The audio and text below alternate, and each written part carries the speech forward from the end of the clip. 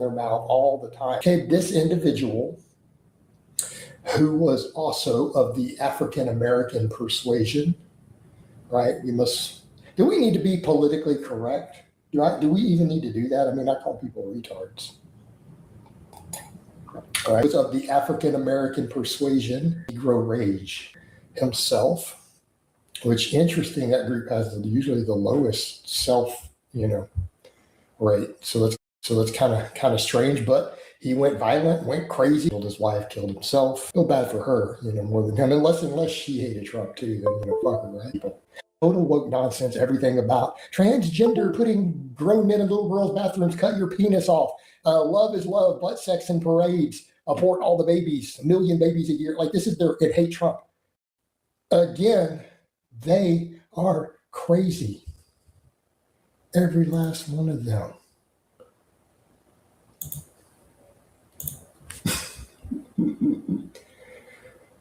So, he's an example.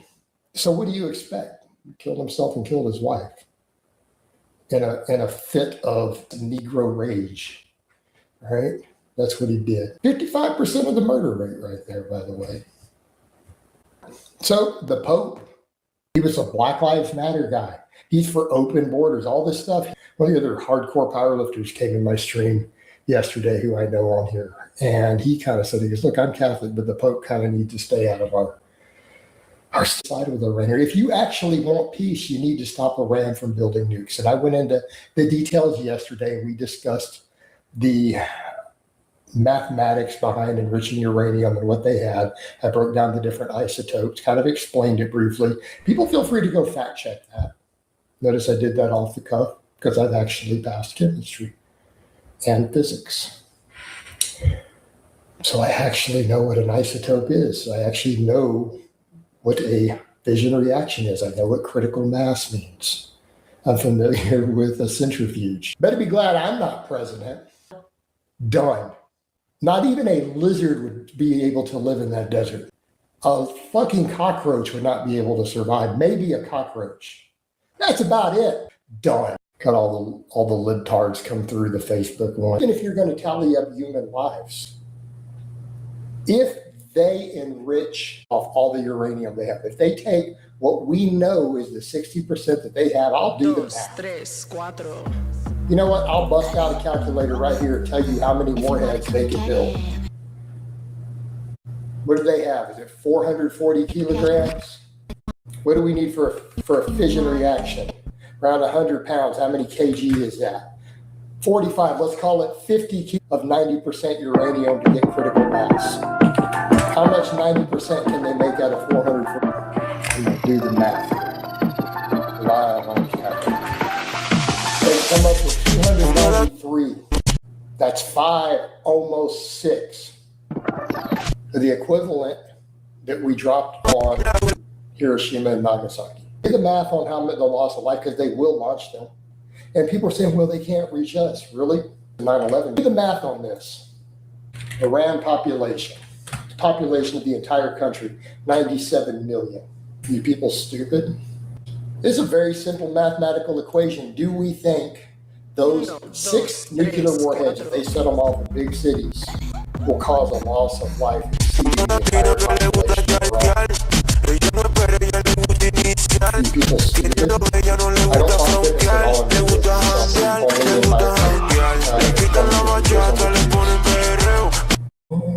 Mount biceps. No, I don't do any fitness stuff other than consultations. They are $100 an hour. I still do lots of them. But I make a few videos for you guys still. All right, let me end the Facebook.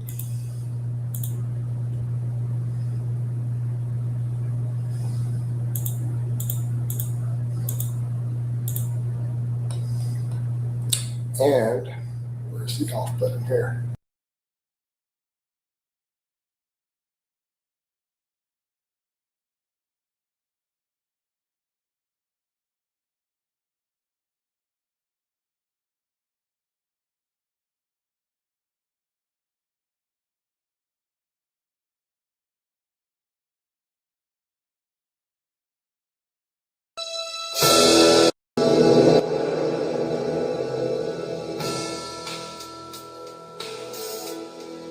like me, get it? Okay, you guys don't get it, okay? If once a month you get big like me.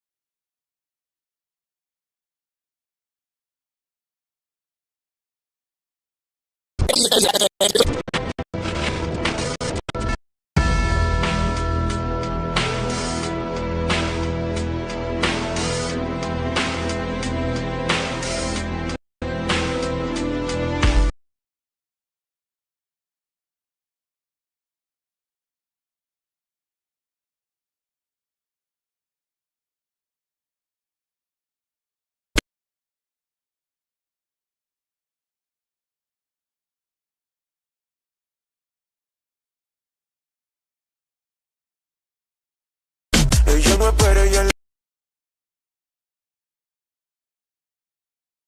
gusta inicial. Tiene 1, 2, 3, 4. una latina que le gusta chartear. Ella no espera, ella le gusta inicial. Tiene lo de ella, no le gusta frontear. Le gusta janguear, le gusta janguear. Le quitan la bachata, le ponen perreo, pero de vez en cuando le gusta Romeo. Una gata fina que le gusta el fuegueo. Ella una obra de arte, su cuerpo museo. Y si ya llega la disco la prende, su contrincante en la presión ellos la sienten. Tiene lo suyo porque ella es independiente, inteligente, pero caliente. A ella le gusta salir de pares, pa' entretenerse y mover su pares. Con sus amigas no hay quien la pare, no hay quien la pare, no hay quien la pare. A ella le gusta salir.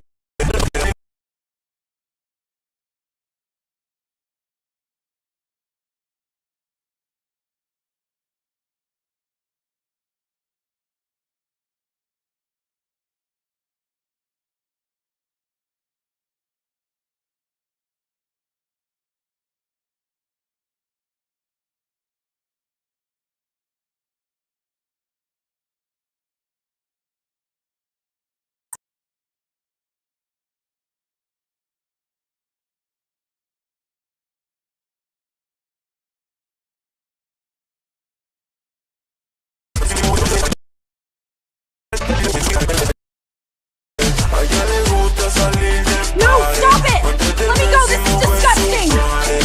Con sus amigas no hay quien la pare, no hay quien la pare.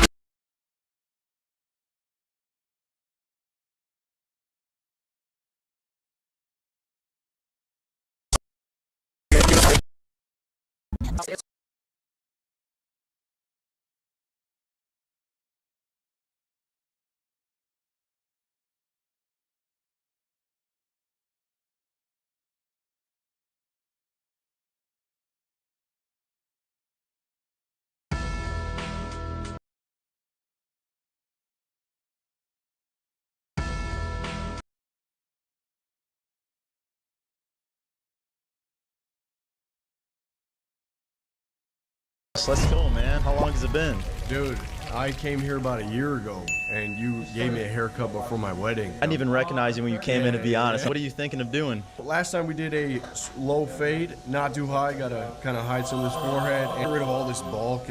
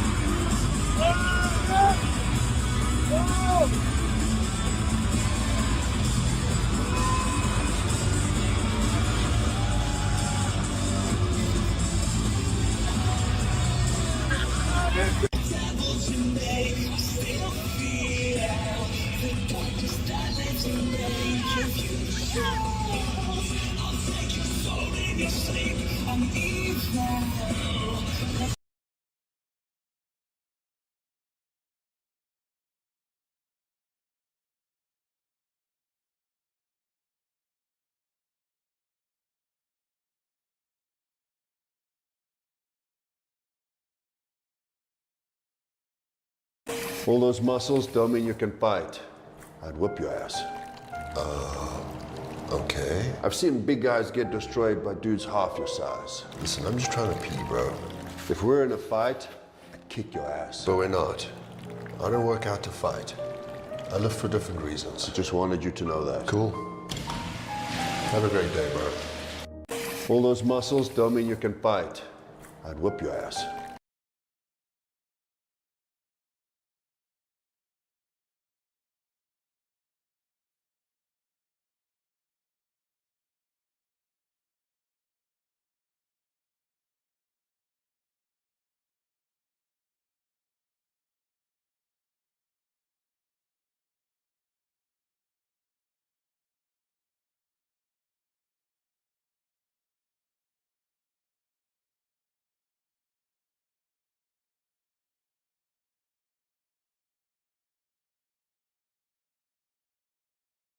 I watched Steven Spielberg's Disclosure Day and noticed a detail that, honestly, is one of the weirdest details in movie history. I'm not sure if any of this film makes entire sense.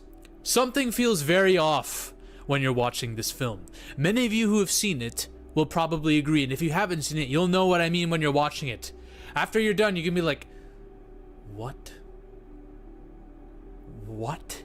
I saw this poster, this first teaser poster, before any trailer was released. And I said, oh my god, this looks amazing. All will be disclosed. I don't know what this is about. It wasn't even announced that this was an alien film, and this is way before the Trump UFO files debacle. I was like, this is gonna be it. And then the trailer came out. And then my spider sense, or as I like to call it, my cocaine senses started tingling. I have a sense for these things, okay? When I see a trailer, whether it's a teaser trailer, it can be the smallest teaser or a big official trailer, I will tell you if it's going to be a banger or not. Sometimes I'm incorrect, but most of the time I'm right. I'm on point with this. When I saw the Disclosure Day trailer, I said to myself, that doesn't look anywhere near as interesting as I thought it would be based off of the poster. In fact, all the aura of this film has left the building. So this wasn't really an anticipated movie for me this year, but I watched it and went in with an open mind. And I'm going to say this right now. Every single shot you see in the trailer that has some cool looking thing in it is not what it seems. It's very different in the movie. Some might be disappointed by that. Others might be okay with it. Who knows? The biggest thing this movie has going for it is that it's released during the time of this UFO files debacle with the government, which is absolute dribble, by the way. Everything they released in the tranches of the UFO files is all bullshit if you really look into it. But this is like this movie shows a disclosure of what we really want, right? This is what humanity really wants to see. That the government ain't gonna give us anytime soon, probably because they don't have as much shit as they would like you to believe. But it's almost like Steven Spielberg knows something. In fact, he said in a recent interview, this movie's closer to fact than fiction, y'all. Steven Spielberg maybe seen some stuff. Who knows? Maybe he could be just, fucking around trolling. But there have been a lot of alien movies within the last decade. Within the last 15 years, let's say. Nope. Jordan Peele. Arrival. One of my favorites. 10 Cloverfield Lane. The Alien movies. Even I know it's a mixed bag with the Alien movies. Alien Romulus. People are split on that. The Prometheus and Covenant. The prequels, right? People are split on that. No One Will Save You, which was another recent Alien movie that I thought was pretty cool too. This is the least interesting alien-oriented movie of the bunch. I'm so sorry, guys. This movie is so fucking dull in its concept. And its writing, and its... Yeah. I don't even know what to say. I'm not even necessarily saying this is a bad film. I'm just saying there's nothing interesting happening at times. The things that this movie's building up, there's nothing to them. Either they're so predictable and you saw them coming, or the trailer spoiled them. And when it actually happens, they're like, bro, that's it. I was getting secondhand embarrassment from stuff that was happening in the third act of this film. I'm not even lying. I was looking at the audience, the guy next to me, one of my friends. I could tell, bro, people were... And it's not because audiences have ADHD, like they do. Don't get me wrong. This wasn't like a small young teenage crowd. No, it was like there was mixed ages and stuff. There were a lot of adults. People were not even getting bored. People were just like, "What am I watching?" I just got secondhand. I was cringing, man. I was cringing. If you were going into this movie wanting alien stuff, hardcore alien stuff, interactions with aliens, you are going to be severely disappointed because while there are aliens in this, it's not what you think. I'm gonna be honest, anyone who's an Alien fan and is watching this movie is going to like cringe. You're going to be very disappointed because you're not going to get what you want. And this movie's really not trying to be so much of an alien invasion movie or anything like that. It's Disclosure Day. It's about disclosure. It is a human story. There's not much aliens in it. But if that's what you're looking for, this ain't the film, bruh. This ain't the film. Let's look at the pros first. I'm a fair man. Okay, I'm a fair man. So let's go to the pros. What did this movie do well? I will say the first half. I will say the first hour. The first hour is really, really good. You're kind of thrown right into the middle of shit. You kind of have to piece together what's happening. What's this mystery? What's going on with Emily Blunt's character? What's this agency, this government agency after?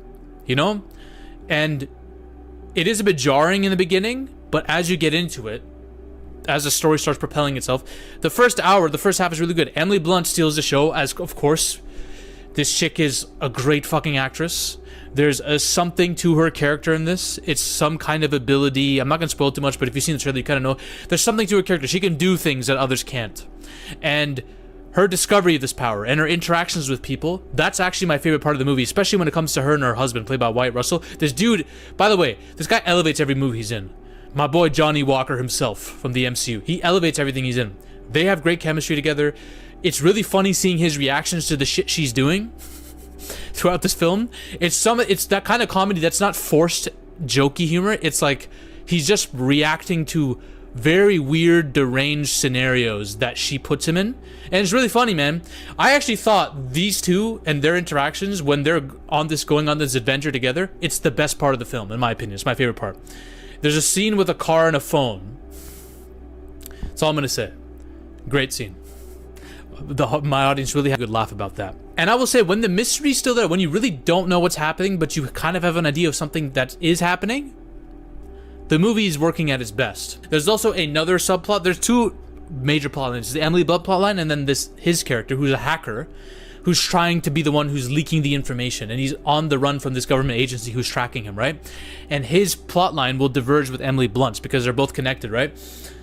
And it's not as interesting as the Emily Blunt plotline, I'll be honest, and it does introduce this character and his agency, and I love Colin Firth, don't get me wrong, he's great in this movie, but there is a piece of alien tech that's introduced very early on, and in my opinion, the use of this tech, as cool as it is, with some of the sequences that it's used in, it kills the mystery. You pretty much kind of figure out what's happening when you think about this alien tech.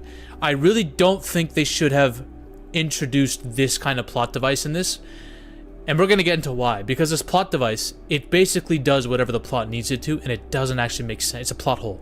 But there's a great scene with him in a room where he's trying to, let's just say, take control of someone. And that leads into a crazy, pretty cool car chase sequence with this character. I thought that was well done. You know what? There's also a good train sequence too. I'm gonna be honest. The action scenes in this are pretty good, for the most part. They're really, really fucking good. Well made. You can steal with Steven Spielberg's a veteran. He knows his stuff. Him and his girlfriend, who's a nun, are talking about the impact of alien disclosure on the world, especially religious people, people who worship a higher life form. If they figure out that these are higher life forms, will they abandon religion? Will they go more into religion? There's allusions to the fact that maybe Christians will believe even more so as a result of this. There's a lot of discussion about what would happen if humanity was to see the truth, and I really like that dialogue. I really liked it. The only issue I have is there's a problem that his girlfriend, the nun character, has, that she's afraid people will no longer worship God as a higher being because there's going to be disclosure about aliens, which are the new higher beings, and that might, flip the script on what everyone thinks is real and what they will worship. But the only problem with this is early on in the film there is evidence that suggests that these beings, these aliens, are not the higher entities that she says they are. I didn't buy the fact that she was so worried that religion would be thrown off because of this, because the nature of the aliens that we're dealing with is fundamentally not that godly. But I'll have to get into that in the spoiler section. And I will say, John Williams' score obviously helps this film. It always does. But I will be honest, bro. I see a lot of critics talking about the score. It doesn't make that big of an impact to me when it's all said and done. Because ultimately, the things that are happening in the story outweigh the stylistic and technical aspects of the film, which Steven Spielberg does well, in my opinion. And that's where we get to the second half, guys. That's where we get to the cons of this film. The second half is when there are three intersecting plot lines. It's him, it's her character, and this guy's character, Domingo. I love this actor. And they're all intersecting. When that happens, this movie grinds to a halt, and it never really recovers, and I was fucking cringing at some scenes that were going down here, okay? There's a whole sequence where Emily Blunt has to do something. There's something in her past that she has to figure out that connects to why she has these abilities, okay? You pretty much you pretty much know what it is, but the whole movie's building up to it as if this is this grandiose thing, and it takes its fucking time. It's sweet ass time to build up to it. And I didn't feel any of the emotion that the movie wanted me to when she actually lets go, and I can't spoil. I'm gonna talk about what it is in the spoiler talk, but it's not good, man. This movie takes a while to get to the point. It's way longer than it needs to be, by the way. And the point ultimately is not that interesting. It's one that you see coming a mile away. It's very predictable what is going on behind the scenes. And it's kind of spoiled in the first half anyways, so the payoff isn't there. I could tell in my audience. Like, none of us were feeling it. In fact, some people were like groaning like, oh my god. Like, it's just, when you see it, you'll know what I mean, man. And when it comes to the aliens, I don't know why filmmakers still use the same fucking generic gray alien midgets. I'm not spoiling anything by saying that because it's revealed in the trailer in a clip. These are the gray aliens that you're used to. I'm not gonna pretend like they're anything different. They are the most cliche, generic fucking aliens of all time. Why do people, even the US government, they ran out of ideas, so like, oh yeah, the gray aliens exist. We found them. Why is this like a fucking, why is this the go-to all the time now? Can we mix it up? Out of all the alien movies that have come recently, all these weird new designs for aliens that people are coming up with, and Steven Spielberg uses the same old bullshit? Like, Spielberg, I get it. This is like the harkening back to a classic era film, right? These are not interesting aliens, and you don't see enough of them for them to be interesting. And when you do, they're just like, they're helpless. They're pathetic. Conceptually, the aliens are just not interesting, in my opinion. That's the thing. That's ultimately and that's not the biggest problem I have with the movie, because I came to terms with the fact that I know I'm not going to find these aliens interesting. I already know what they're going to look like. I already know that they're really not the point of this film. The point of this film, this is about disclosure more than anything else. This is about what would happen if humanity was to see the aliens. That's the main point. Will there be a war? Will there be empathy? Will humanity feel empathy, right? That's a big theme in this, empathy. That's the thing that the big mystery that this film is leading up to. What will happen when humanity sees this? A good first hour, but too long, cheesy and corny as fuck at the end, a plot device with this specific weapon that makes no sense, and aliens that are just not interesting, unfortunately. Making for, in my opinion, a dull experience overall. Like, I enjoyed it the first half, and then the second half, my friend literally turned to me and he's like, this ain't it. And I agreed. was like, yeah, this. I'm trying to give this movie a chance. I'm trying to be charitable because I love the actors involved. I like Steven Spielberg, obviously, goated filmmaker. I like Aliens. This ain't it. Spoiler talk, all right? Spoilers. We're getting into it. So there's this weapon that this guy gets his hands on that the government also has a version of. There's these shards, alien shards, that can pretty much do anything the plot needs it to. So for example, if they want to turn invisible, they can. If they want to hijack people's minds and to compel them to do what you want to do, you just need to see their face and you can do that. You can do that. If you want to turn on TVs when you conveniently need to, if you want to turn on electricity, you can do it. There's no real set rules around this thing. Emily Blunt's character is revealed to have powers, abilities. She can speak any language she needs to. She knows things about people. Just by looking them in the eye, she can tell everything about you. And she can recite the memories to you to get out of situations, right?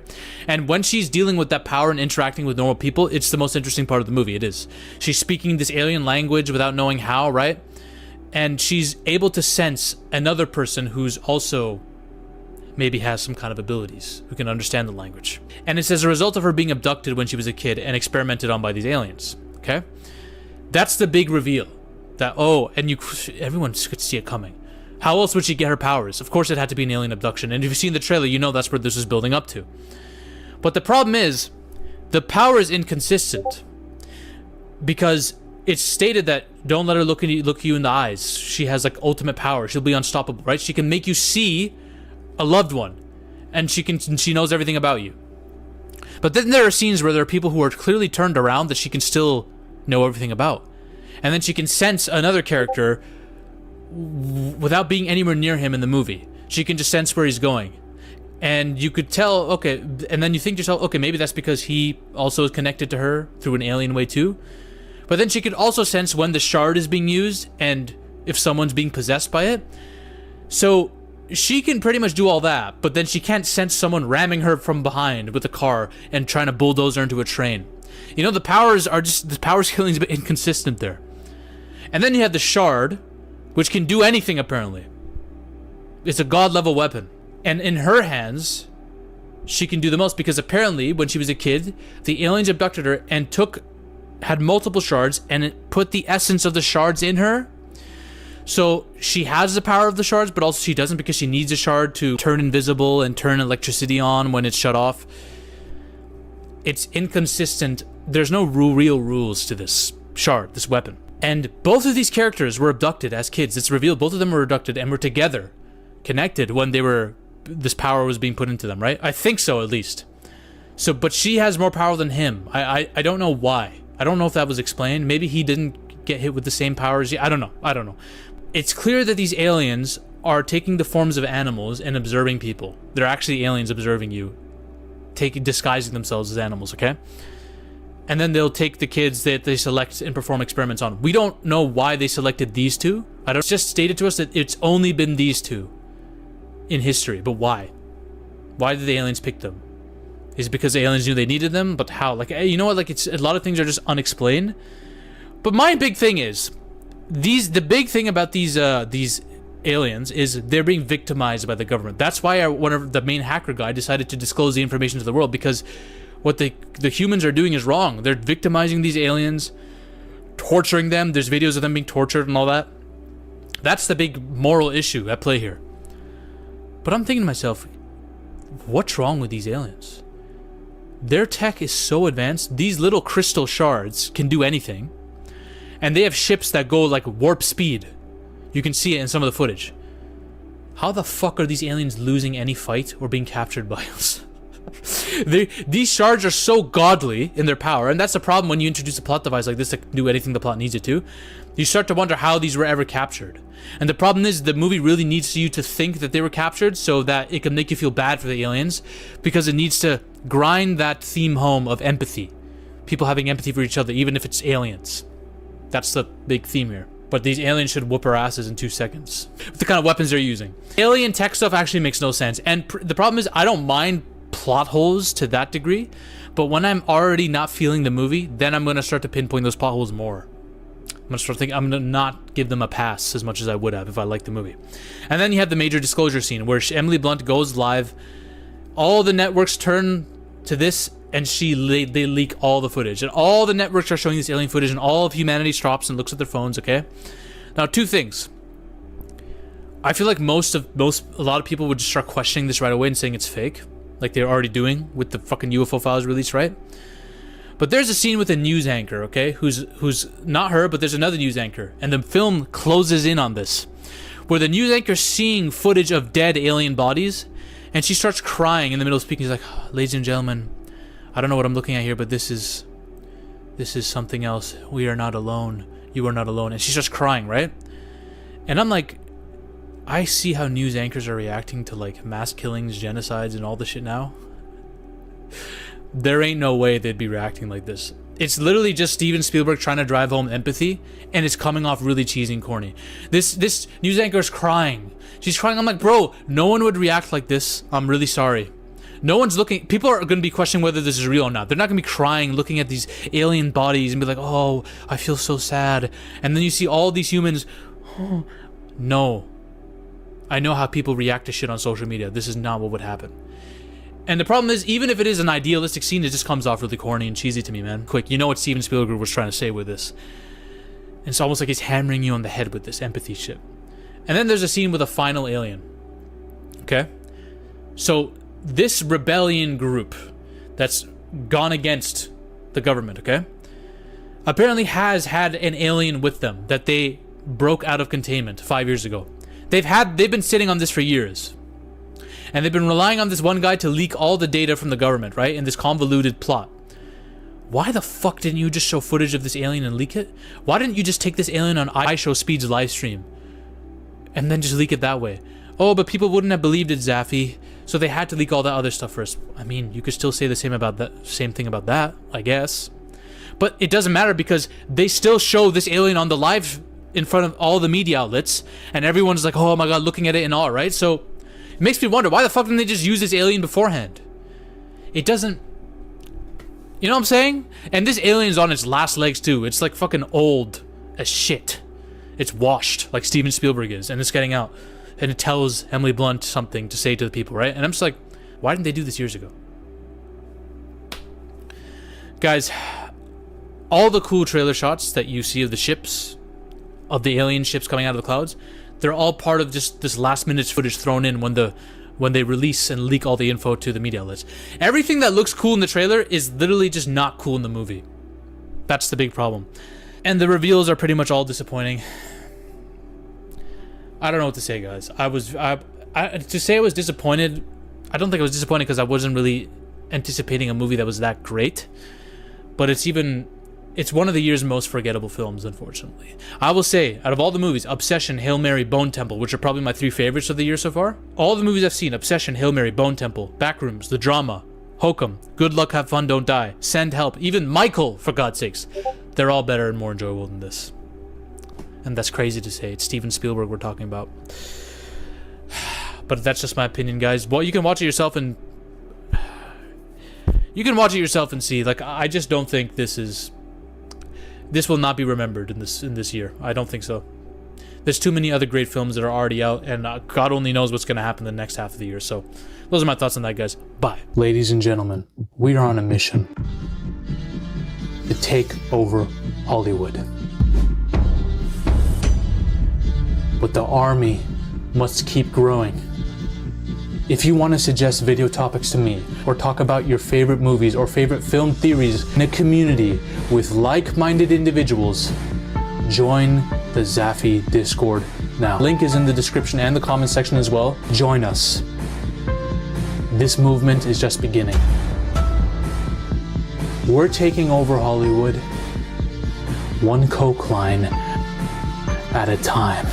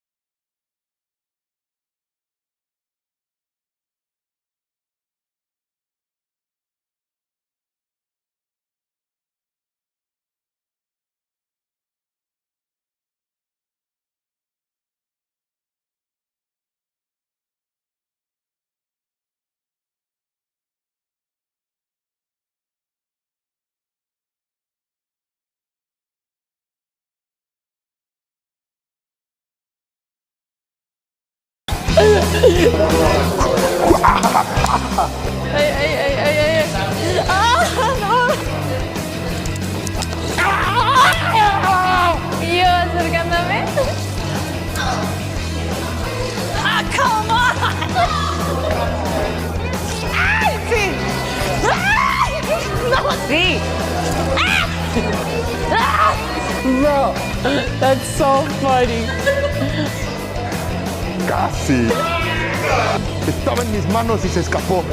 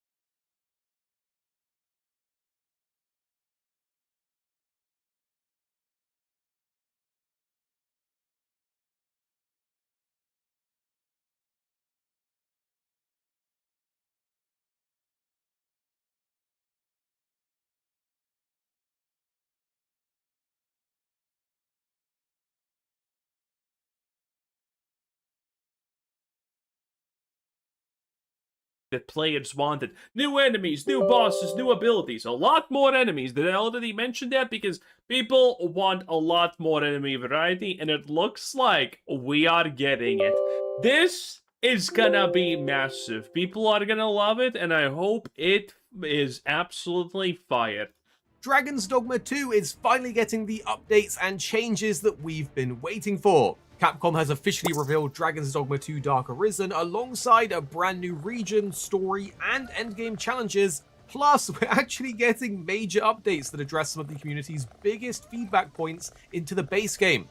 So, let's break down everything we know about Dark Arisen, what it means for Dragon's Dogma 2, and look at this. This is already so much Dragon's Dogma. Just from looking from this is what people want. And people are getting what they want. And every time that happens, as gamers, we win massively. and why this could be the exact expansion that many of us have been waiting for. But before we get into the new content, we should talk about the name Dark Arisen and why it's a big deal. Going back to 2013, the original Dragon's Dogma received its Dark Arisen expansion, and it pretty much became what is now regarded as the definitive version of the game. It added what is now some of the most memorable content, gave us much tougher bosses to overcome, better gear to chase, and generally far more reasons to keep on playing after you finished the main story. So this announcement immediately got a lot of people's attention. Also, seeing Capcom bring back the name Dark Arisen naturally raises expectations because for many fans, as said, it had such a massive impact on the original game, so we're kind of expecting it here too. But what's interesting is that Capcom have openly said this expansion is built around 3 goals: enhanced gameplay, expanded adventures, and enticing value. So in Dark Arisen, all of that sounds amazing. Also, I'm not gonna be lie boys. When this drops and we have day 1 DLC, buy 1,000,000 gold for $5, I'm not even gonna be mad, okay? It's Capcom at the end of the day. We kind of expect this. we have a new region to explore, a new questline, new progression systems, repeatable endgame style challenges, and a huge batch of updates arriving to the base game before this expansion even launches. But one thing worth mentioning as well is that Hideaki Itsuno, the director behind both Dragon's Dogma 1 and Dragon's Dogma 2, is no longer working at Capcom and isn't involved in this expansion. He left the company in 2024 after being at Capcom for more than 30 years and is now leading a new studio under Tencent's Lightspeed Studios, where he's working on an original AAA action game. Now, it might... That's actually pretty exciting. And it does seem like a little bit of a red flag, obviously, that the guy who made the good stuff is no longer there. This is one of those situations where I'm kind of feeling trusty, okay? I feel that we're not gonna get burned. sound worrying at first, it did for me, but when you do some Could be wrong, by the way. Could be wrong. But currently, I'm kind of feeling good about this anyway. research into it, you must remember the original Dark Arisen for Dragon's Dogma 1 wasn't actually directed by Itsuno either. The original Dark Arisen was actually directed by Kento Kinoshita, who later went on to direct Dragon's Dogma Online, and many people loved that, plus was lead game designer on Dragon's Dogma 2. So I actually expect this expansion to go down pretty well. Plus, we're going to get that new AAA action game from Itsuno and Lightspeed in the future, so it's kind of not a bad outcome for us. But what exactly can you expect in the expansion? Well, the biggest addition has got to be a brand new region called Norgan. It's a frozen land far in the north that actually once belonged to the Kingdom of Vermund before they abandoned it many years ago for reasons that we don't fully know yet. According to Capcom, these snow-covered lands are now home to hostile tribes, powerful north trend. That's good. monsters, and creatures beyond human understanding. And so, this makes it one of the most dangerous areas we've seen in the game. The new story does take place within this region and introduces a mysterious character named Ir.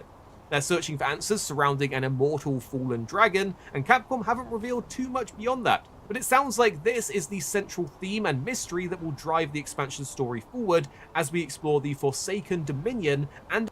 No, okay, let's actually read this. Norgan, at the far north. Norgan serves as the stage for the new adventure. Once a prosperous region of the Kingdom of Vermund, it was abandoned many years ago for reasons unknown. Long has it been since any soul traveled its paths. Blanketed in heavy snow, these frigid lands are home to savage hordes and creatures of unbelievable power. Okay, those who are capable of vanquishing such fearsome foes, or those who possess a keen eye for exploration, will find themselves rewarded with powerful relics. Okay, so big drops, a lot of secrets, because that's what a keen eye for exploration. The icy realms and for giving nature will fully test their Risen's resolve. This is nice. Also, this is a change of scenery and pace, so people are gonna like. Dominion and uncover what happened in this lost kingdom. Now, one of the features that immediately stood out to us is the new relic system. Throughout Norgan, we can actually find powerful relics hidden. More systems? They're better. People are going to be excited and happy about this. Across the world and dropped by enemies. These relics will then need to be appraised, and once they're identified, they'll become powerful pieces of gear, which I expect will be some of the new top-tier endgame items. What's particularly interesting is that Capcom's also confirmed that some of the relics can unlock unique skills as well. It sounds like this system is adding a whole new layer to our progression, and we basically give some extra endgame longevity. They've also mentioned relic expedition cycles, which sounds like a repeatable system designed to keep us playing more, and we'll need more details on exactly how all of this works in practice, but it does suggest that the Dark Arisen... That's good. I always like when games like this just add something, even if it's as simple as just like a repeatable, grindable thing to get head stuff. I like when games like this do it, because this is a single-player game, and for the people who want to play more than the average, like, things like this are nice. And for people who don't play more than average, they're still gonna do it a couple of times. It's something that can change your pace of what you're doing. It's really good. In good games, adding systems, as long as it's not super overbloated, is a good thing, because it can change your pace. It's something that you can do for a longer time. It's great. It's great. In bad games, this is a bad choice, but in good games, good choice. Expansion is being built with replayability kind of in the forefront and in mind. On top of that, there's also new hairstyles and tattoo options in the character creator, mainly for your followers, but hey, it's just something worth noting that there's going to be some more options there as well. But alongside the new northern region, Capcom's also adding in something called Lost Rites, and this might end up being one of the more interesting or impactful additions out of everything. Basically, they're adding in 12 new dungeon challenges that are spread across the existing world of Dragon's Dogma 2. According to Capcom, they're trials created by the Pathfinder, with rare equipment once used by a previous Arisen hidden deep within each of the challenges. Now, as said, they aren't just in the new region, they're spread throughout the existing world, giving us an incentive to go back and explore and grab those goodies within, plus they should each be a challenge of their own. Now, as exciting as the expansion content itself looks, one of the biggest surprises out of everything is actually what comes before the expansion launches. Capcom have confirmed 2 major title updates coming to Dragon's Dogma 2 ahead of the expansion's release, and the first one's available right now, and the second will be at the end of August. The June update that just came out heavily focuses on quality of life improvements, and it sounds like several of these changes have been heavily requested ever since launch. The biggest addition is probably the Eternal Ferry Stone to the game, giving us unlimited fast travel.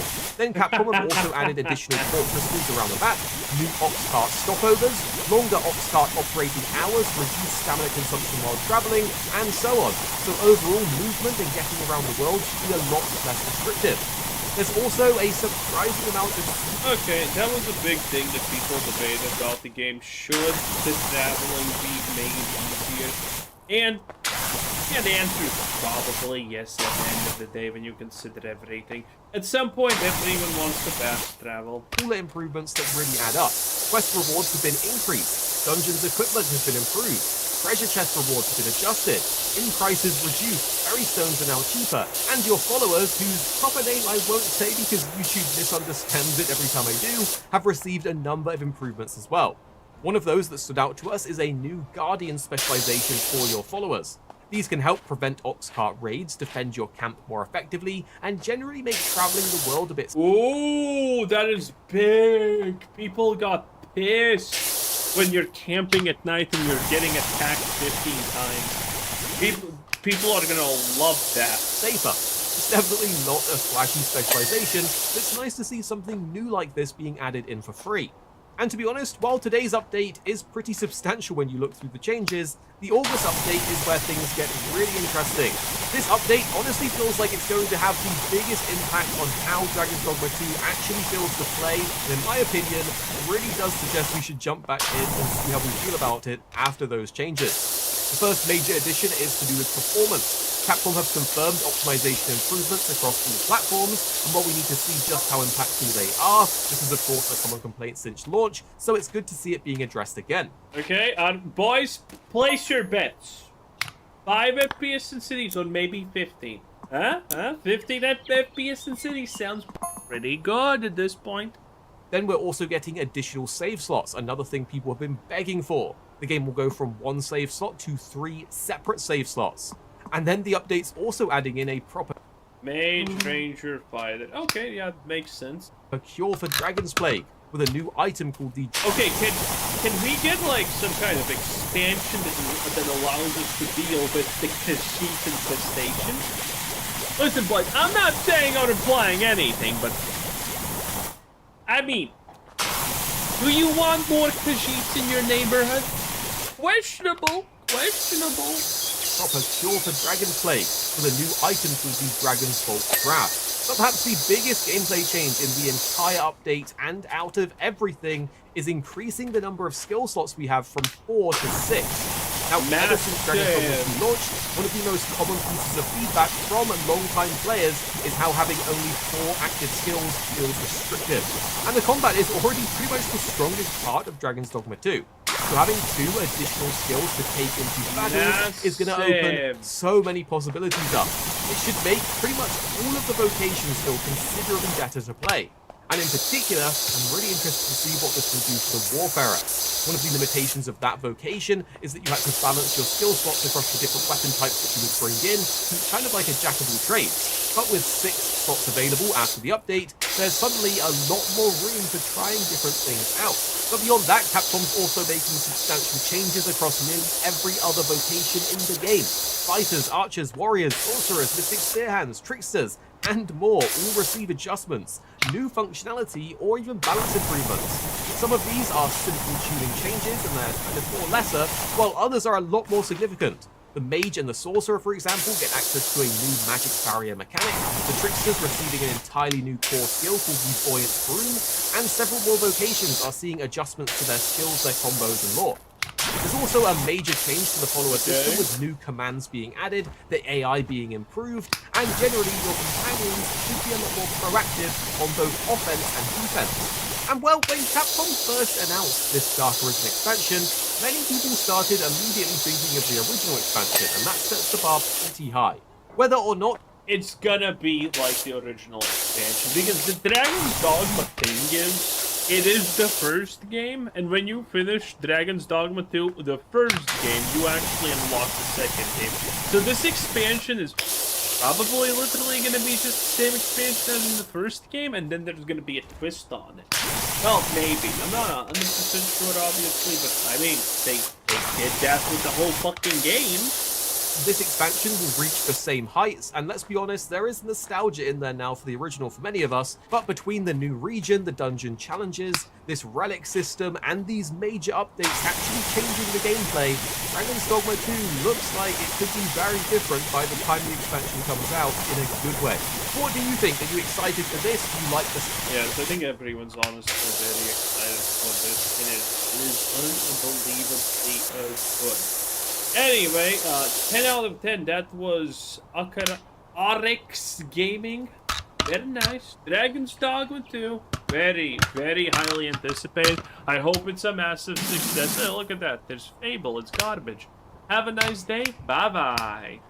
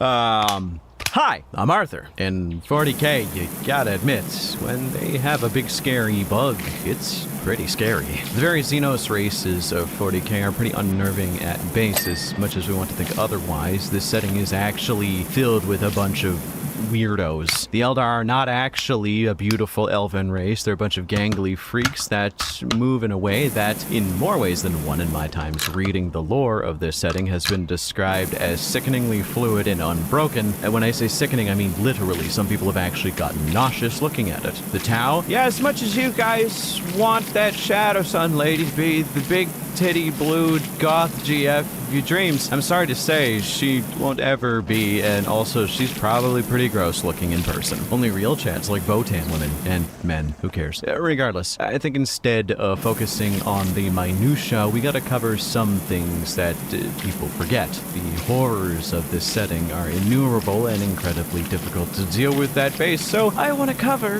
the ones that some of you probably don't know about. And if you do, well, who cares? The admittedly mostly bug-populated list of freaks I'm about to show you is pretty ooky spooky, but you know what's more scary than that? Being secretly monitored by shadowy corporations and unknown entities who want to steal your internet data, but thanks to today's sponsor, you may not have to worry about that for long.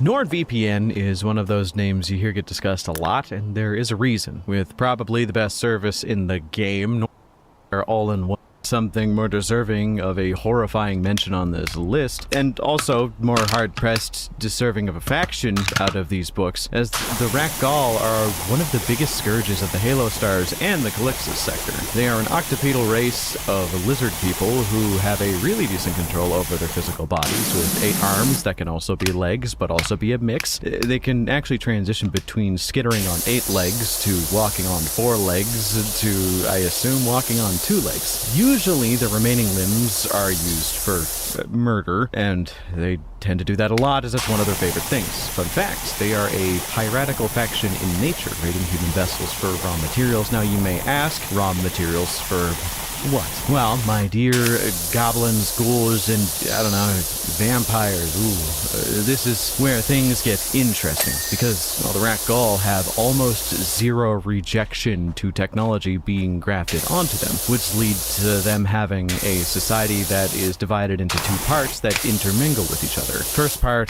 is the raider and violence-based half that is about ripping things apart and stealing shit, and the other is almost, in a way, techno-shamanistic, where they see it with a semi-secular religious worship. Yeah, I was way too smart for this video. We gotta just start talking about dumb shit now. With their culture seeing a weird level of reverence towards lizards that have the lizard balls to replace their arms with chainsaws and or cannons, or some kind of wacky torture device that springs out barbed tendrils that exclusively target the holes of enemy combatants, they seem to be weirdly overly aggressive, with no chance to negotiate anything. This also leads to them being kind of maligned by anyone who is in the Halo Stars or the Calixtus sector. Though also, fun fact, they may or may not be a weapon organism that was genetically crafted by another race that was used to wipe out humans as like a final fuck you, and that's the UVAF. Yeah, it's actually a point of study that the Rakghoul actually go out of their way to hunt down UVAF technology. Some say it's because their bodies just adapt to it better because they're kind of linked to them potentially, or because they are a weapon that is missing a key element to make them perfect in a way. Either way, a 10-foot tall lizard cyborg with weapons that range from kill you instantly to the Hullfinder 6000 is something you don't want your ship to get boarded by. And speaking of Hullfinders, okay, I'm sorry, I'll stop with this bit. It's run out. Yeah. We have the Slot, the Maggot Men, either found in the Halo Stars or found in the Calixtus sector. The Slot are dangerous. They are kind of what I guess would be considered a super entity, or at least a super consciousness. Kind of like a hive mind, but it's more they want to gather into each other, and the more worms you have in a body in this colony, the more intelligent they are. And it's actually an exponential growth thing. It's like their processing ability drastically increases with each worm. To start off, they are literally a pile of sentient maggot-like worms that on their own are not that dangerous, but they still can be dangerous because because they communicate psychically with the masses that they tend to be tied to. But if they get into a large enough pile, they tend to form mostly a human-like shape hidden under robes that are actually super technologically advanced. This shape's intelligence is proportional to the amount of worms that are in this colony. So if you see the 10-foot tall one, you probably don't want to be on that planet, but if you've already seen it, it's probably too late. It's like their ability to process increases with the more worms there are, and I like to think it's because they travel around the universe and spy information, and whatever that worm learned, it incorporates into the mass. This leads them, once large enough, to make technology that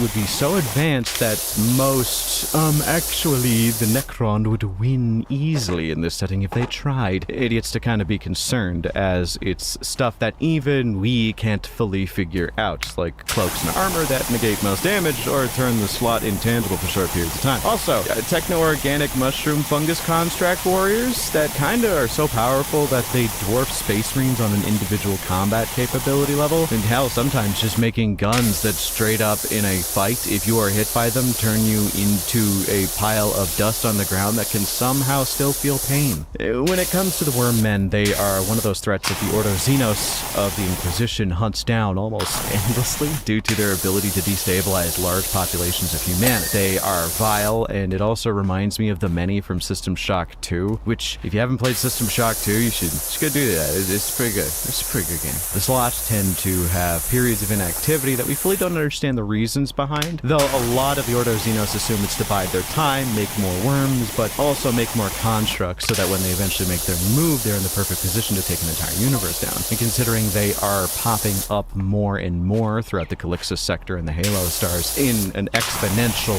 rate, I assume they might have been right. But I do think it is kind of funny that there's theoretically a division of the Ordo Xenos that is dedicated specifically to hunting down worms. I don't know, I guess they just have like an anti-worm gun. I don't know what you would use for that, but I don't know. I think it's just kind of cool, I guess. On to something that kind of ramps up the vibe of the video. Let's get into the Enslavers. Found mostly in the Halo stars and also in the worst parts of the universe. The Enslavers are weird, but also pretty significant. To discuss them, we kind of have to discuss the idea of non-chaos aligned warp entities, as they do exist. Think of it like how evolution can cause creatures to eke out an existence in spaces that normally things can't, like those snails that live next to volcanic vents and whatnot. But basically, warp entities don't necessarily have to be swirling spirits and the damned running around and trying to rip people to pieces, or chaos demons. Sometimes creatures can just evolve to exist in the warp, and sometimes they are just weird monsters. Shout out to the Chimera that the Dark Eldar use as shock troop. That's gotta be the most hated dog in fiction, and I watched all of the Air Bud films, so I can attest. Basically, in the warp, there are these things called the Enslavers. Their reproduction cycle is something we only scarcely kind of understand, where they find a wayward mind of someone who has a connection to the real world, but they are also psychic. Someone who doesn't know to cover their thoughts to warp entities like the Enslavers, and even more often than that is someone who doesn't even know they're a psyker yet. They start by infesting the person's mind and feeding off of the psychic emanations of pain and fear that they usually give off, and this causes kind of a rapid and horrific transformation, turning them into this massive meat portal that allows swarms of actual enslavers to enter into real space, and that's when the real hell begins here. Non-psychers can be afflicted where they end up having their brains and emotions consumed by these things, turning them into essentially just zombies, which once the enslaver larva or whatever is fully formed, they burst out like a fully made enslaver. They kind of just resemble an evil jellyfish crossed with what would come out of a nightmare that farted too aggressively. And they are also potentially the reason why the old ones, you know, the reason why most of the setting is capital F fucked, went extinct. Though we don't truly know, we just know that they have been around for quite some time, and they are one of the most evil and horrid swarms of insect-like creatures in the setting, and have kind of resulted in the worst plot twists in history. Like the Storm Wardens. If you didn't see my video, that is, you can go watch and get the full context now. I mean, it'd be kind of cool. But their original entire first company was a part of this thing called the Nemesis Incident, where they were all infected by enslavers. And before the enslavers could take hold, they were put into sleep in stasis tombs that were on their home planet of Sacris, until they can be saved by some kind of cure, which, considering the old ones couldn't stop it, yeah, I doubt most factions in this setting could either. And with that being said, we are going to move on to another topic that is on the same page as evil bugs that eat your brain. So let's talk about evil bugs that eat your brain, the Psychnuin. Yeah, they were kind of a short-lived anecdote used mostly for the character building of A1 Magnus the Red, but the Psychnuin are one of the most dangerous predators for psychic beings in the setting. Or at least they were before they got extincted. Well, at least the Prospero ones did. Basically, they are a disconcertingly large parasitic psychic wasp, which, if you have ever seen any of my live streams where a wasp somehow got into my room, I'm easily frightened by them, so I'm not the biggest fan of these ones. They hunt down specifically psychers, as they need psychic energy to feed themselves and also foster their young. Think of those parasitic jewel wasps that lay eggs inside of, like, spiders. It's like that, but instead it's psychers and their brains, and it's worse. So how it works is they can kind of detect passively where psychers are in a certain radius and are able to psychically transmit their eggs into the brains of a psyker. Because the eggs themselves just need to get in through your nose. They're like the size of a grain of sand, but once in there, it's about to get pretty unpleasant, as it doesn't take long for them to hatch and a small grub begins to eat your brain. This is what we call incredibly unpleasant, as if you didn't know, there's actually a lot of nerves in your brain, and also your pain centers are there too. So you have a maggot eating your brain from the inside out, and once it has eaten all of it, it hollows out the rest of your body, and then finds a place to go turn into a cocoon before exploding into a horror from the deepest pits of hell. Luckily, unlike the enslavers, they aren't nearly as dangerous. They're not, like, invulnerable. You could kill them with conventional arms. It's just not that easy, because, giant flying evil psychic bug, but they are still not the best to deal with. I mean, from the factor of them being icky alone, I would probably just nope the fuck off the planet if ever I found out that they existed, but I'm also just a big weenie who doesn't like bugs that much. Regardless, before we get into what I think is probably the scariest alien in 40k, I kind of want to give you guys this small segment to discuss what I guess could be considered a dishonorable mention. I made a video a while back about the Iron Lords, a chapter whose sole mission is to kill off this horrid alien species known as the Barghesi.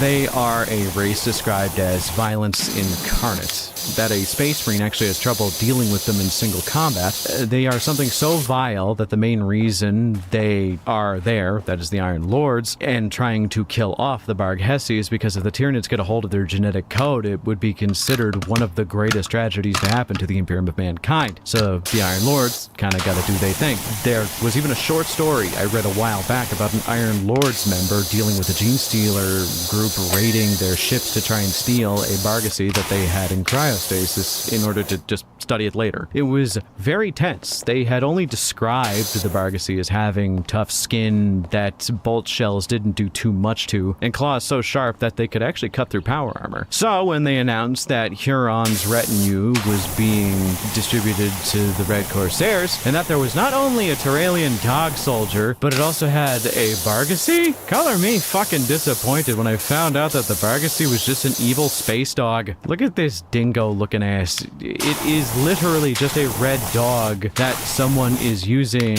as a pet. It's honestly the least intimidating member of Huron's little polycule here, which is low-key kind of fucked up because one of the members is just a standard human, which in theory shouldn't even hold a candle or even be in the same category as a Barghesi, considering the threat that these things are built up to be, but whatever. I guess it also does deflate the task that the Iron Lords are doing because they're basically just putting down a bunch of evil space dingoes for a while instead of some techno-organic super animal. But I will say, there is a caveat here that Plunder, yeah, that's his name, the dog that the dog soldier has is just an adolescent, so maybe there's a metamorphosis and they get significantly larger as as they get older, but who knows? It's just not that intimidating or scary, and they built it up to be those two things. So I don't know. I just wanted to bring this up because I had no idea where else I would put this, so who cares? So I have one more treat in my bag of goodies for all of you, and this is what I consider to be the scariest Xenos, alien, whatever, in the entirety of 40K.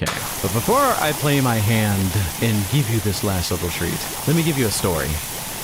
You are a serf, a simple servant to some, at one point, major noble on a backwater planet. But at current times, due to her incredibly advanced age and the inability to sire a child due to a career-ending wound she sustained in the military, she kinda has just lived her life simply as the part of a noble dignitary for this planet, doing genuine good for her people, but that was decades ago. Exhausting every rejuvenate treatment available, she is now somewhere between 400 and 500 years old, which has left her a withered old husk. The house is run down as she loses grasp on her riches, no longer respected in her field. Over the years of your service, you've noticed that there was the steadily worsening fear in her eyes. She can feel the Reaper upon her door, and she's worried that it may come for her at any time. But that is neither here nor there, as there is a new problem. A few weeks ago, some rather eloquently addressed individual showed up at her door. Now, it's not uncommon for your mistress to receive equipment that isn't exactly legal. Working with cold traders off and on has kept her afloat financially, but this time was different, as she seemingly depleted the last of her wealth for a single item, a small, unassuming necklace, something that resembles any other low-cost brooch with faded white pearls on the string. The necklace itself is a bit gaudy, resembling a large beetle, perhaps some kind of scarab. Seemingly bankrupting herself for this item has led to some changes. From then onwards, things grew strange. She was never seen without her neck and chest covered, usually by a long-necked blouse, a dress, or even a thickly banded choker. But if she stretches just a bit too far, you can see the vague hint of red, irritated skin underneath. But stranger still, she is changing, her body standing taller as her skin becoming fresher and fairer, less wrinkled, her hair returning to its original blonde sheen she had had several rejuvenation treatments ago. Her body looked like the stunning image of a confident woman maybe in her 30s, and her disposition, at least in the beginning, was lovely. She was filled with life once again, bouncing around her decrepit manor, cleaning, organizing, and preparing to relaunch her career on this backwater, though it was, albeit for naught, as the planet had run dry of all the main exports and resources it needed years ago. It didn't really stop her. She seemed happy for once. For years afterwards, she seemed stronger, faster, and smarter every day, venturing to the hives and coming back with deals for minor trade and certificates that would maybe bring back some of the wealth that she had lost for this necklace, with the confident swagger she had not had in a very long time. That's when you notice things. Maybe you just don't see her do it, and maybe it's just a coincidence, but you could not actually account for the last time she slept. Does she even sleep anymore? Seemingly the only times you do catch her is maybe once a week, and afterwards she is in a foul mood, as it seems she's plagued with monstrous nightmares. After decades of service to her, you notice even further changes, her hands elongated and becoming bony, but not like the old woman she was, more like some kind of mythological creature from Terran myth. She stopped hiding what was under her neck, revealing scarred tissue that seems to be something similar to hardened bony plates if you were to look close enough, but she would never let anybody get close enough to see that. This is when the disappearances begin. She stops laughing, she stops smiling, only seems to be content when she finishes off some kind of meal of which no one is allowed to prepare it other than her, and no one is allowed to watch her as she eats privately in her study. You know what she is doing, and you know what is going on, as when she leaves, she is is absolutely caked in gore. You, out of fear or loyalty, refuse to leave or bring it up. More people go missing. Soon, her staff begin to go missing to sate some unending hunger she has. But even more disconcerting is she grows increasingly more reclusive. Not easily found, even in her own house, she is relegated simply to a scratchy voice hidden behind a door. With a hissing sibilant similar to that of a pit of sentient vipers, you should leave, or rather you should have left, but as you finally contemplate doing so, almost as if she could hear your thoughts, you hear the thudding of a large entity behind you. Unfortunately, it is too late. Your mistress is gone, and what is in her place is very hungry. Halo devices are one of those things I think about a lot from the setting. Coming from the Halo stars, they are Xenos relics, usually resembling a piece of regular jewelry that the Inquisition will fight tooth and nail to kill anyone who has one, anyone who says they have one, or anyone that even knows about them. They come from an unknown place in the Halo stars, and when attached to a human vessel, they begin to burrow into their skin and become a part of their body, reverting them back to the peak of their lives. But this is short-lived, as they slowly, over the course of years, begin to grow into a monster. The likes of which could only be described as, I guess, just a vampire on crack. I don't know, I always imagine them like the Reapers from Blade 2, if you've ever seen that. This is a good movie. Fun fact, they are actually mostly immortal, only being able to be killed with shit on the level of like movie Goku tossing someone into a sun. Even then, we don't know if it truly works, or they are just burned enough that they can't really do anything and they're trapped in the center of a sun due to its gravity. They are also stronger than baseline humans by a large margin, and also probably stronger than your average space marine. Their speed and alien intellect makes them incredible threats, as for some reason, after years, the minds of the human subject is overwritten with memories of alien worlds. Think The Long Dream by Junji Ito to kind of understand why they are averse to sleep, and you get what I mean. They are relics that cold traders, you know, the fellas that sell Xenos tech, really want to get a hold of, because they are worth quite a lot of money, which is both a good thing and a bad thing, because most people only hear that first part, that it makes you immortal and revert back to your original prime of life, and not the rest. I don't think there is anything more illegal in the setting than a Halo device, outside of like carrying chaos artifacts. Like if you get caught as a cold trader, usually you're executed, especially if you have something like a Krut rifle or a bunch of Eldar pain guns. But if you're found by the right guy, sometimes an Inquisitor will turn a blind eye in order to confiscate them and use you as a hookup for these weapons. But with a Halo device, I'm sorry, you are declared traitor, killed painfully after torturing you, and then they also try and find out if you know anybody else who knows about this, then killing your entire family and anybody who ever knew you, because you cannot let the information of a Halo device get out there. Thus, why they are one of, if not the scariest Xenos in the setting, as by the end, you aren't even human anymore. You are something that probably hasn't existed in a long time, but that is just my pick for the top brass here. Let me know what you guys think in the comments is scarier than the Halo device victims, as I doubt there is anything else that can be scarier than something that is both at the same time a reference to Dracula and dementia, but I could be wrong. Special thanks to my channel members for supporting me. If you want to get an extra couple videos per month, have a little bit more interaction with the channel, then consider becoming an Arthur Lord. It helps me out, helps pay my editor, and helps the channel as a whole. Thanks once again for watching. Until next time, I hope you all have a wonderful night.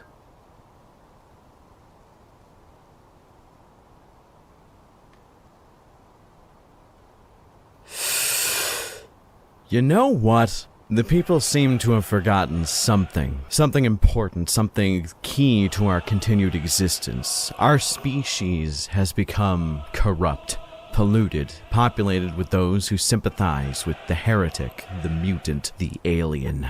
Those who seek the succor of the Tau Empire. Those who seek the silent embrace of the Tyranid, who they worship as a graven idol. They seek the release from duty that the ruinous powers provide. They seek the easy way out. But we have to drag them by the hair, kicking and screaming back into the light of his divine way. We have to show them once more who we are. We have to show these non-believers where we come from. We will remind them the feeling of our boots on their throats. We will remind them why wrath, when applied righteously, is the singularly most important aspect of humanity. Through sweeping gales of fire and hate, we will not balk. Through a torrent of storms, we shall never relent. On the sea, in the air, and on the ground, we will take the fight to the enemy no matter where they lie. We will drown out the sounds of gunfire and artillery shells with the shrieking cries of their blood-soaked dead. For I am, Arthur.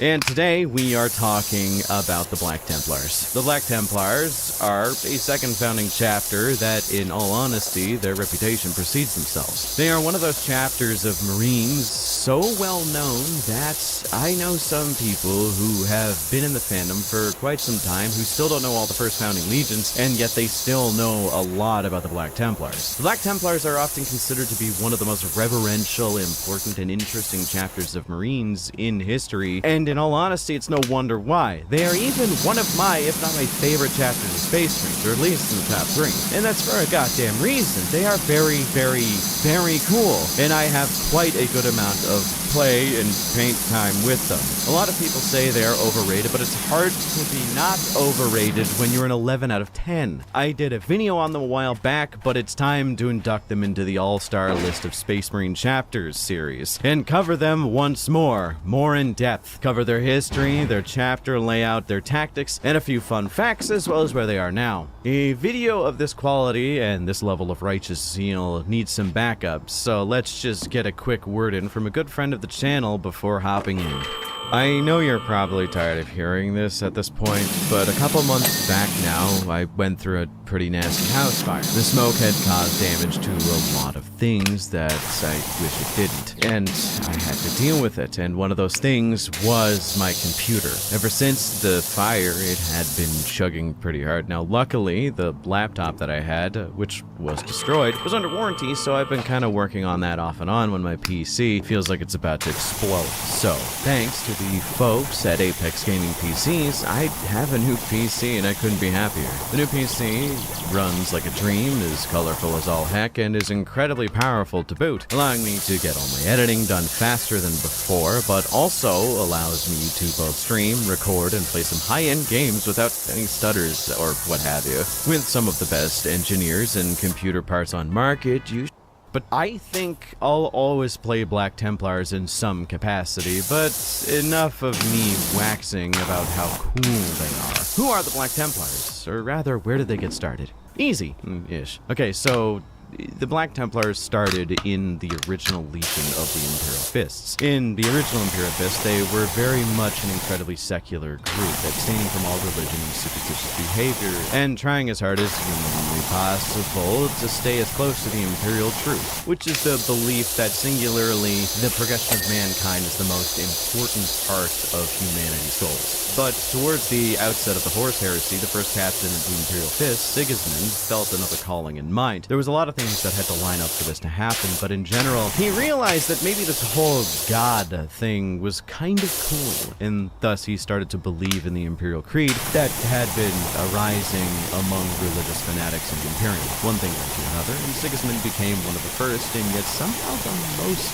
strongly zealous Space Marines to ever exist. He kind of brought disgrace to Dorn, and Dorn almost killed him for it, but the thing is, and this is a very consistent trend for both Sigismund and the chapter that he will eventually grow on to lead, the dude was just so proficient at what he did that they kind of let the intense religious fervor slide a lot more than they probably should have. But Sigismund was really good at killing things. Like, so good that it was described that at the peak of his existence, there wasn't a man alive that could beat him in single combat. Hell, even Karn, juiced up from the butcher's nails and Khorne, had a hard time doing really anything to Sigismund. Siggy. So this history of martial excellency, religious fervor, and being loud kind of made it an easy choice when, after Thorn was pressed enough to sum up that debacle a little bit too shortly, to agree to divide his legion up, he made the Black Templars one of them, excising the more religious fanatics of his chapter into their own chapters so that they could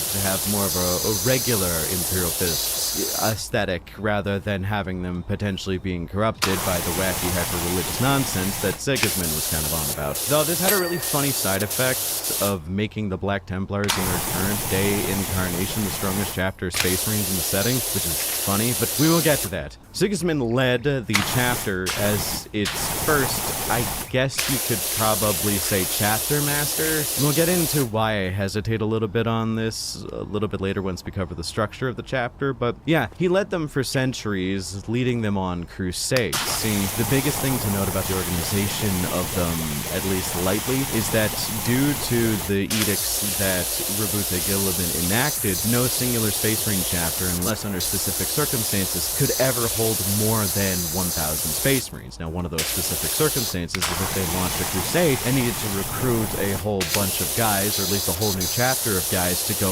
embark upon that crusade. So, fun fact about the Black Templars, they have never not been on crusade. At one point, they were on 14 crusades at one given time. The current estimates of them are at 6,000 Marines, but to go back a little bit more, Sigismund hated the Codex Astartes, but abided to it only as much as he needed to not see censure at all, and he lived on crusading and killing the enemies of mankind for as long as he possibly could, until he got into a one-on-one duel with Abaddon the Spoiler. He was basically like half of a percentage lower in terms of physical capabilities than that of Abaddon, because this was Sigismund at like 1,000 years old. He was a little bit advanced and was a little slow in comparison to his prime. He still basically won the fight. He gambled his life away, getting sliced in half to jab the Black Sword, which we'll get into what the Black Sword is later when we talk about the Emperor's Champion, but he jabbed his massive greatsword into the chest of Abaddon, which in any other circumstance would kill a normal Space Marine, but Abaddon has plot armor, which is bullshit. But yeah, Sigismund ended up being sliced in half and dying, literally cussing out Abaddon all the way to heaven,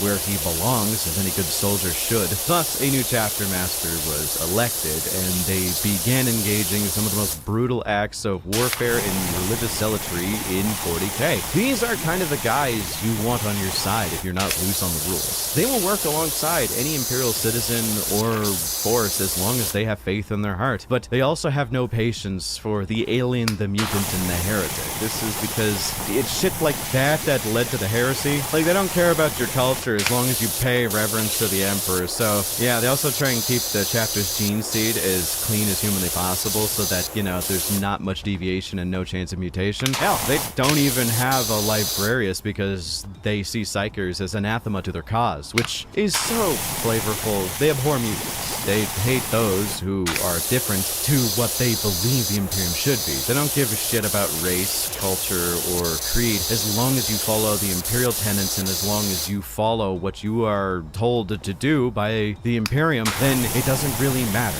But I think that's enough of an overview for what we are doing now. So let me get into the chapter organization, because these guys are kind of laid out a little bit weird. But yeah, let's talk about the weird crusading structures they got going on now.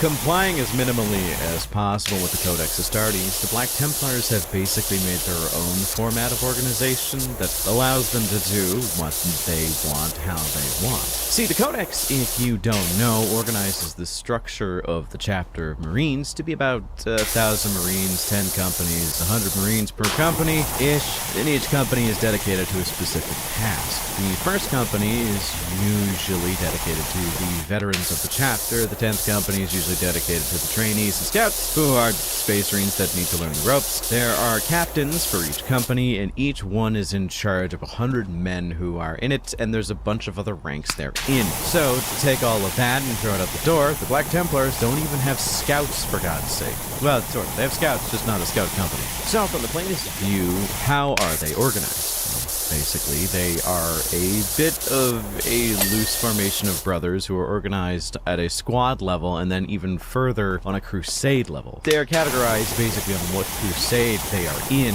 and are governed as such. It's not nearly as unorganized as you'd think. It's not just like 6,000 dudes chill out in space preying on their big spaceship all day, though I suppose that isn't inaccurate, just on a smaller scale. The Black Templars are a fleet-based chapter and travel all around the universe righting the wrongs done to the Imperium.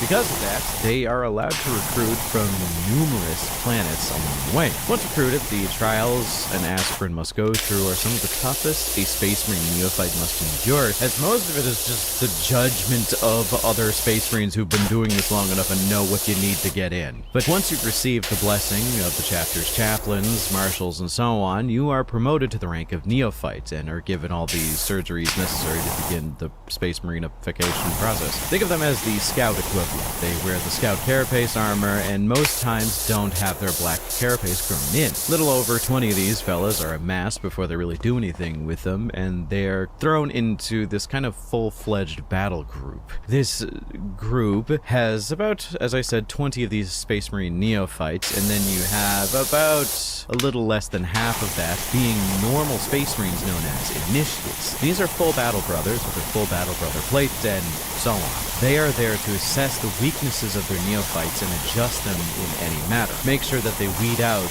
the weakest of these neophytes so that the chapter's future is as strong as it can be. And they will hunt down any form of weakness, be it spiritual, martial, or other. This entire group is often led by a sword brother. Think of the sword brethren as the first company veteran equivalent of the Black Templars, and together, this massive squad of sworn battle brothers work to make sure that they bring both honor to the chapter as well as the Imperium. These little training squads are referred to simply as just a crusader squad, swearing oaths to fight for what they believe in till death. Some physically add a chain to their gauntlets, only if they are like of initiate or higher rank. This indicates that they are sworn to the cause of fighting for the Imperium and can never remove their armor, especially in the face of conquest. But yeah, once the initiates have been whittled down to the best of the best, they are allowed to ascend to the rank of a fully fledged battle brother, who can then be used in crusader squads of their own as an initiate, or even to that of a sword brother or higher. The sky is the goddamn limit with these fellas as long as you put in the mileage. On-the-job training is pretty funny actually when you think about it, but they can also get traditional scouts, which is cool because it is a very pragmatic role to have. Though these are usually just neophytes who equip themselves with missile launchers and hide in the brush to see what's going on ahead of them before a regular Templar squad goes in to maul everything to death. So that's kind of fun. The Sword Brethren are a cool topic, so let's kind of circle back to them, as the chapter's first company vets are often in a position to be promoted to officer positions quite often. They usually roam around in squads of hyper-decorated dudes carrying cool-ass power weapons and whatnot, and all of their kits throughout the years have been some of the most interesting Space Marine kits to build and just put on the field as possible. Very decorative. In terms of command structure, the officers of the Black Templars, it's quite easy to understand. Basically, the officers of Black Templars are some of the most standard stuff, like, you know, like apothecaries. They usually wear stark white. You can recognize them. Sword Brethren, as we mentioned before, usually have all black armor with no white, but with red trim and a red heraldic cross. The chaplains are referred to as wearing the blackest of the black, as they wear completely pitch black armor with a single white heraldic cross on both shoulder pads to indicate they're a part of the Black Templars. I will also say the chaplains are one of the most respected ranks in the chapter. Generally speaking, in a faction of